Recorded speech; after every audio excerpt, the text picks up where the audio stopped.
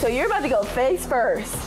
It's like, have people crash? Do people get in accidents? I'm like, yeah, Dad, I'm sure. But like, just the way people get hurt in softball, like it's not, you know what I mean? Like, it's a thing. And so, yeah, you know, we'll see. We'll see. Right now I'm optimistic and I'm going to see how it goes, but I'm excited for it. You got to be pretty fearless to do that kind of stuff. Like, and a bit crazy. Really? Yeah, you know, well, I guess I'm going to be testing my crazy pretty soon. We'll see. We'll see if I'm there, because I agree. So we'll test it. I'm testing it.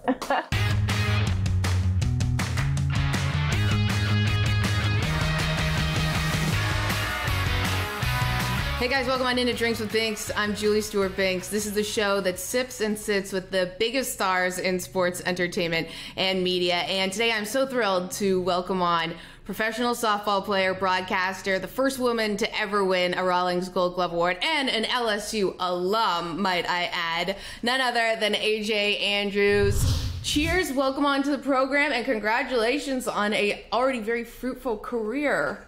Thank you. Fruitful career for my fruity drink. Thank you for having me. Yeah, what are you sipping on there today? I am sipping on the luxurious cranberry juice with a splash of lime. Love it. Missing the vodka, but it's fine. I'm an athlete. Well, I mean, we can't always have vodka all the time, unfortunately. But it's okay if we don't. But AJ, you are in Lake Placid right now. What do you have going on?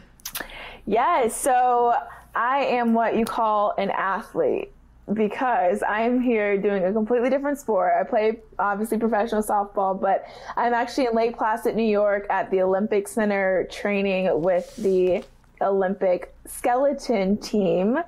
So I'm out here working for maybe not 2022 Olympics, but for sure 2026. So switching it up, definitely new elements, right? No sun, cold, ice versus grass, really switching it up, but it's been a lot of fun so far. Wow, that is absolutely incredible. Okay, so how did this opportunity come to fruition? Yeah, so I spoke with Alana Myers, who is a bobsled Olympian. She played softball back in the day, so me and her just kind of follow each other on socials. And I was just thinking to myself, I want to be an Olympian. I don't care. I want to be an Olympian. I know that I am capable and I can do so many amazing things. And looking at Alana's story, I just messaged her one day. I'm like, hey, what do you think about this? Opportunities for that. And so then she gave me the contact of USA bobsled and skeleton coaches. And I came out to a push camp in July, I believe, just to try it out and see how I like between bobsled and skeleton. And so then I got invited back to Lake Placid, where I am now, for what's called the Push Championships, to really kind of see who has what it takes to continue to make it on to the next level. So the Push Championships, I believe, are early next week. But so right now I've been training and getting on the ice for the first time this week. So oh my gosh, that's incredible. Okay, so take me through the why skeleton? I know you said bobsled and skeleton, but also like why even just this path? Yeah, so for me, I just thinking about, it's been so exciting learning new things. I really enjoy learning new things, testing who I am, not just as an athlete, but as a person, as a drive. For me, I'm one of those people that can try anything, and typically I get it quickly, right? I'm being athletic and being someone that's played a lot of different sports majority of my life. I can jump into a new sport and I feel like I'm starting at medium, right? I'm definitely not at the elite level of the sport yet, but I feel like I'm in the middle. This sport, I am at ground zero, okay? And so this has been a complete test of what it is that I'm capable of, and I'm learning so much about myself.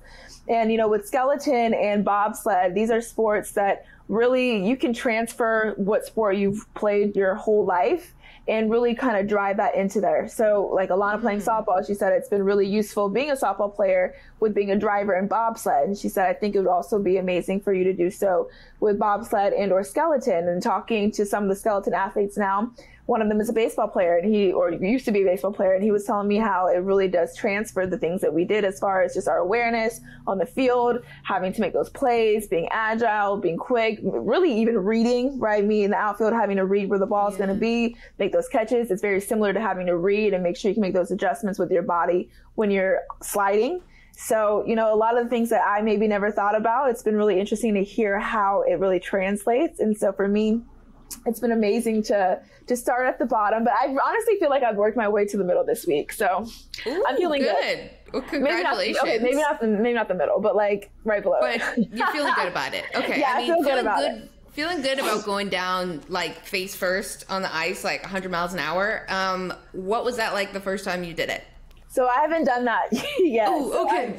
Right now there's an ice house here in Lake Placid. So really we've just gone face down the mock slope that they have here. So it really is just kind of one big slope down and up. It's not the whole track the way you have really what would be going down. So I'm probably going to be trying that in November over in Utah. So how do you feel about that? I'm ready. I know my dad's like, okay, so tell me what you're doing again. And like, because I travel so much that at this point I'm texting my parents, I'm like, hey, I'm in the air. I'm like, okay, text me when you land. Like, they don't even ask where I am anymore. It's just kind of like, all right.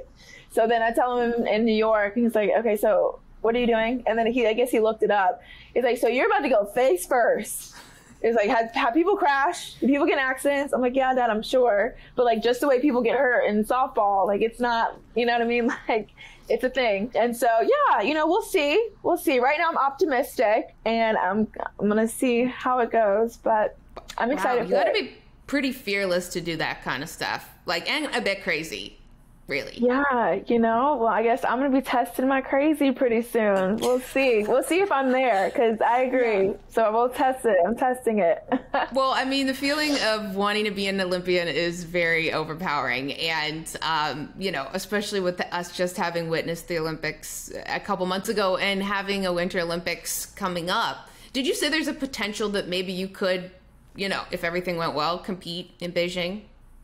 I'm not sure. I really don't know how everything works, or, you know, there's a lot of qualifiers to get to that point, I'm sure. And I'm not sure what that looks like for someone coming in September when it's 5 months away at this point. You never know. Honestly, with the world being how it is, yeah. Yeah, you never know. So, I mean, I'm going to say yes. It would be amazing for 2022. Be on the lookout. Just be on the lookout for my journey in general. But if not 2022, 100% 2026. Okay. Love to hear that. So then in what way was watching the Olympics this summer, like, how did it influence you in terms of maybe even just the journey you're on right now? But what was the feeling like even watching your teammates compete in the Olympics? Yeah, I mean, it was awesome to see softball back in the Olympics, right? I think softball is a sport that should be in the Olympics every single year. So it's been amazing to watch that sport come back and really be able to see how it's growing. Softball is a sport that through college has grown exponentially, and hoping to continue to see that growth beyond college. So you can see that with professional softball, see that with Olympic softball, and hopefully have a home for that sport when the women leave college, because it's huge in college, and it undeniably is one of the sports that a lot of people watch and enjoy. And so hoping to continue to bring that movement onto professional and the Olympics when it comes to softball. And then just watching Olympians in general, you know, I think as an athlete, I understand, and most athletes understand what it takes to get to that level. I mean, you are training for months, for years, to be able to be on that stage. And it really all comes down to a couple of hours. Like, you're training for years for a couple of hours, some people a couple of minutes, some people for a couple of seconds. And it's just insane, that kind of drive and perseverance you have to get through the tough workouts, tough, not just physically, but mentally. So to see these athletes prevail and be successful, and you see the success stories, you know, for me, it's always inspiring to watch, and to be able to understand that at any point it is anybody's game. It doesn't matter who's supposed to win. The game doesn't know who's supposed to win. It really is who's more prepared. Yeah, and as you mentioned, I mean, any given day, any given moment, it's a flip of a coin in a way sometimes, just because of the way things go, especially in skeleton, which goes very, very fast. We are here talking with AJ Andrews, who is a professional softball player, also now competing in a different sport as well. We're going to have a whole lot more with her on the other side of Drinks with Binks. Don't go anywhere.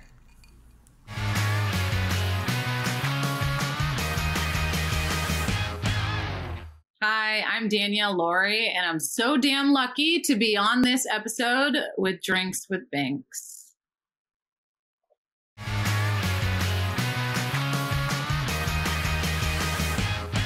Welcome back into Drinks with Binks. I'm Julie Stewart-Binks, joined by professional softball player AJ Andrews, who is also now competing and looking to compete in the Olympics for skeleton. And we were just discussing watching softball at the Olympics, and both of us were watching it for different reasons. And when you look at softball and the importance of it on the world scale, we know that USA, Canada, and France were looking to get softball in the 2024 Olympics in Paris. What do you think about, like, knowing France, what do you think about potentially softball being in that next Summer Olympics? I'm hopeful that it will be in the next Summer Olympics. I think that, it's a sport that's continuing to grow all over Europe. I've played in Italy. I played this past a couple weeks ago with France. And so, the drive that they have for softball and the hunger that they have for it to grow, it's there just as much as it is in Canada. And, the hunger that we have here in America to continue to see it get bigger and bigger, not just in the United States, but beyond. And so, I think that we're all excited and hopeful that it will continue to prevail in the Olympics. And it's not something we have to hold our breath, whether it's going to be in or whether it's going to be out, because this sport is huge. It's continuing to grow all over the world. And so the only way it's going to continue to do so is if it can be on that big stage every time the Olympics comes around. Definitely. And I know for this Olympics, we watched history being made in many different realms, but seeing Cat Osterman, legendary pitcher, come back for Team USA, coming out of retirement and pitching USA to a silver medal, is now a three-time medalist at the Olympics. When you look at her career and what she's done, what would you say would be the biggest legacy she will leave with the sport? I think Cat is just going to leave the legacy of leaving on your own terms. I think for women in sports, sometimes we have to, we're forced out of the sport, or we're not able to have the career we want to have because we have to get quote unquote real jobs, right? We have to move on. We don't always make the salary that is needed in order to continue to play the sport that we love. But Kat has been someone, not only has she came out and just dominated from the very beginning, from the moment she stepped onto a college campus until her last ride, which will be this coming weekend where she's going to be pitching her last games. She is someone that has inspired. She's challenged. She has made a lot of not just pitchers better, but batters better. She's someone that truly wants to help. And she's also been a coach. I think she's someone that has truly helped and just continue to uplift the sport of softball. So to see her come back out for the Olympics and end things on her own time and end things maybe didn't end the way that she wanted to end with the silver medal, but I still think that she is someone that is an inspiration to so many and is going to allow other people to aspire to do just what she can. There's really no age in which you have to stop playing softball or stop playing your sport. There's no limit to what it is that you can or cannot do and or accomplish. And she is one of those individuals that continues to showcase that and to allow not just softball players, but women in sports as a whole to understand that you are who you define yourself to be. No one else, whether it be your age, gender, it doesn't matter. You leave when you want, you excel when you want, and you achieve whatever it is that you set out to achieve. Wow, well said. I mean, she is such an inspiration, and seeing her, as you mentioned, being able to be an Olympian and coming out of retirement and being in your late 30s is a real accomplishment to women, just even across the board, regardless of what industry you're in, too. Just being able to, as you mentioned, live out your dreams and being able to decide when you want to change industries. And for you, have to ask about being on the other side, interviewing some of your teammates. You've been a broadcaster as well for ESPN, and you're doing it for the Olympics. What's it like holding the microphone and being on the other side interviewing? Oh, I love it. It's a passion of mine. It's been a passion of mine for a really long time. For me, I always love being on camera. I always love talking to people, getting to know people's stories. And I didn't understand up until really my senior year in college that that's something you can make a career out of. But, for me, it was something I'd always been doing. Always was interested in what it was that made people great at what they do. I always love holding and having conversations. I enjoy meeting new people, striking those conversations with new people. Sometimes people don't know or like to, you get nervous. A lot of people get nervous in settings where you're around people you don't know. I'm the exact opposite. I see someone I don't know. That's probably the first person I'm going to come up to. And so for me, it was always exciting to be able to learn those stories and then being able to be on camera and to not just learn them, but also tell them. And, being able to hear what it is that these athletes are doing, or people that I speak to more than just athletes, coaches, teachers, whoever it may be. For me, it's been a real passion to continue to do what I love. And that's just to communicate with those individuals, tell those stories, hopefully in a way that they love. And, I think if we're more than athletes and we all have stories that go beyond the field and or court. And for me, that's always a goal to really try to get out there. So for me, it's always exciting. It's a huge passion.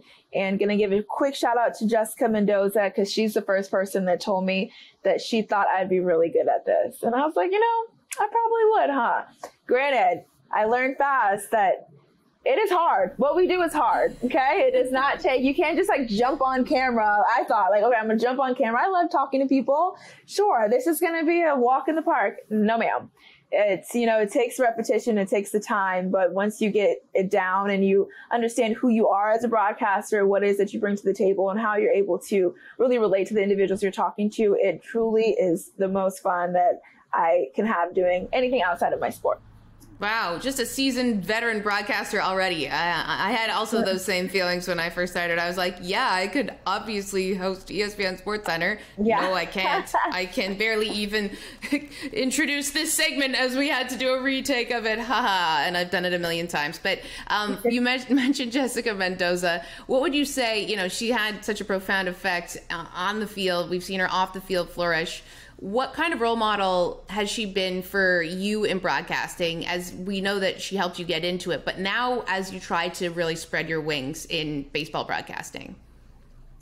Yeah, so I love everything that Jessica Mendoza has done, from starting with softball to now being in baseball, being one of the first women. She's going to be on an all-woman broadcasting team coming up. And so she's continuing to break barriers. Every single time she steps on to the mic, she is breaking a barrier and letting it be known that you don't have to look a certain way or be a certain gender to talk sports. Sports are sports.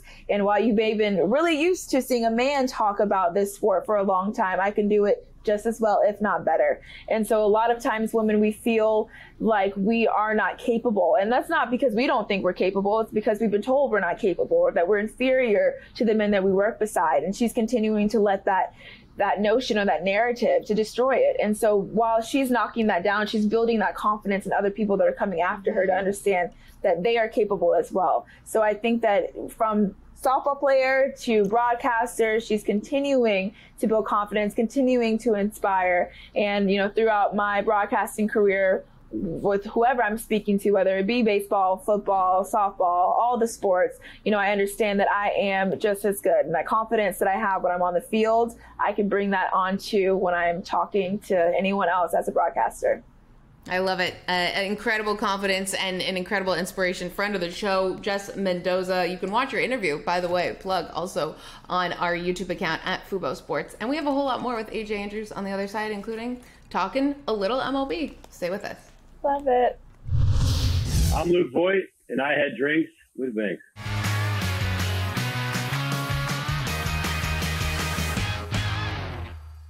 This is CJ Nikowski, and for the first time in a long time, I survived some drinks with Binks. Caffeinated paid me a little bit better way to go.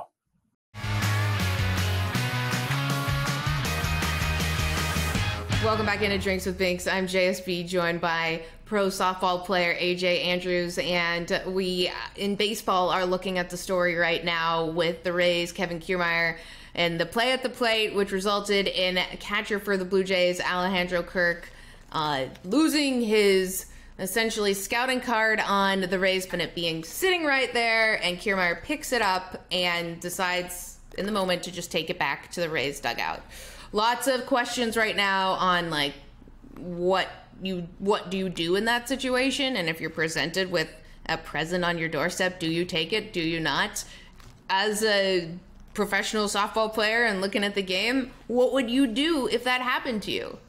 Yeah, I just feel like those are one of the in the moment situations. I don't fault him for picking it up. I just feel like when you are given opportunities to move ahead, sometimes you just have to take them. And, I think that if that were to happen, I slide home and I don't even know what that could have been. To me, it's curious as to what exactly it is, because if it is a scouting report on the Rays based on their players, right, where they're supposed to be, how you're supposed to pitch to them, I don't think that's a bad thing. I don't think it matters. If it is something for, I don't know, it's like something else. Intel, very good intel. It is? Rays. Yes. Yeah. Just imagine that, whatever that looks like. So if it's very good intel on the Rays or exactly what the pitches are, kind of, the way that the Astros had that type of information, then to me, I feel like we just prevented a scandal. I don't know. I think there's a lot of different ways you can look at it. And so I don't feel like you should. I don't know. I don't know. I don't fault him for it. I understand the morality police are going to feel a way about that. But, I think in sports, when you're presented an advantage, you take it. And we all have scouting reports. We all have studied and try to figure out how to have an upper hand on who it is that we're playing without going so far as to cheating. And so if you can have that upper hand or take away that upper hand, whatever it may be, the intel that it was, then I think that that's right on par with sports. You did mention the Houston Astros, and I'm very curious from a player's perspective, can they ever get back to not having that cheating scandal as part of their tarnished reputation? Are they always going to really live with that in our lifetime? Yeah, I think it's going to be hard to forget. I mean, I think maybe at some point you forget about it, but I think it would take consistency, I think, honestly, because, you win one championship after everything, everyone's going to doubt the validity of that, right? Everyone's going to be like, okay, well, what did they do? Is that even possible? But then you win a second one, you win a third one, right? You get to a point where it's like, okay, well, maybe they're just good, right? They're figuring it out. They're getting things done. But, I think that there's always going to be skepticism up until there isn't. And no one gets to decide the timeline of that. And so the Houston Astros it is what it is. They're going to have to ride the wave and see where it goes. Yeah, it's more than just a 24-hour news cycle. Cheaters are going to cheat, and that is them. We have more with AJ Andrews on where you can find her next when we return after the break on Drinks with Binks. Don't go anywhere.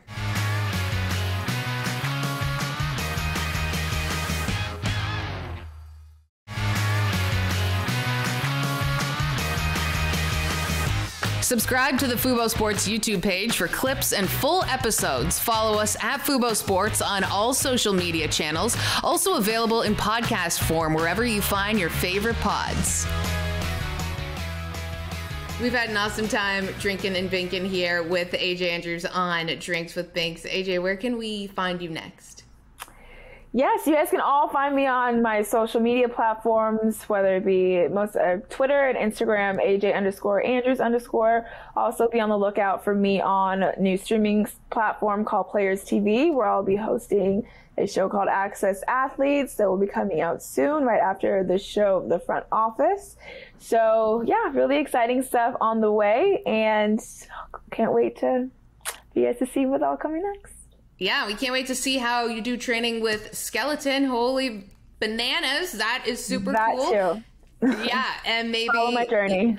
Yeah, follow your journey. We will see you at the Olympics someday. You're here to hear on Drinks with Things. Thank you so much, AJ, for being here with us. And guys, you can follow more of our content on YouTube at Fubo Sports. See all of our interviews that we've done. We mentioned Jess Mendoza, of course, and on our Twitter and Instagram accounts at Fubo Sports. And until next time, bottoms up, bitches.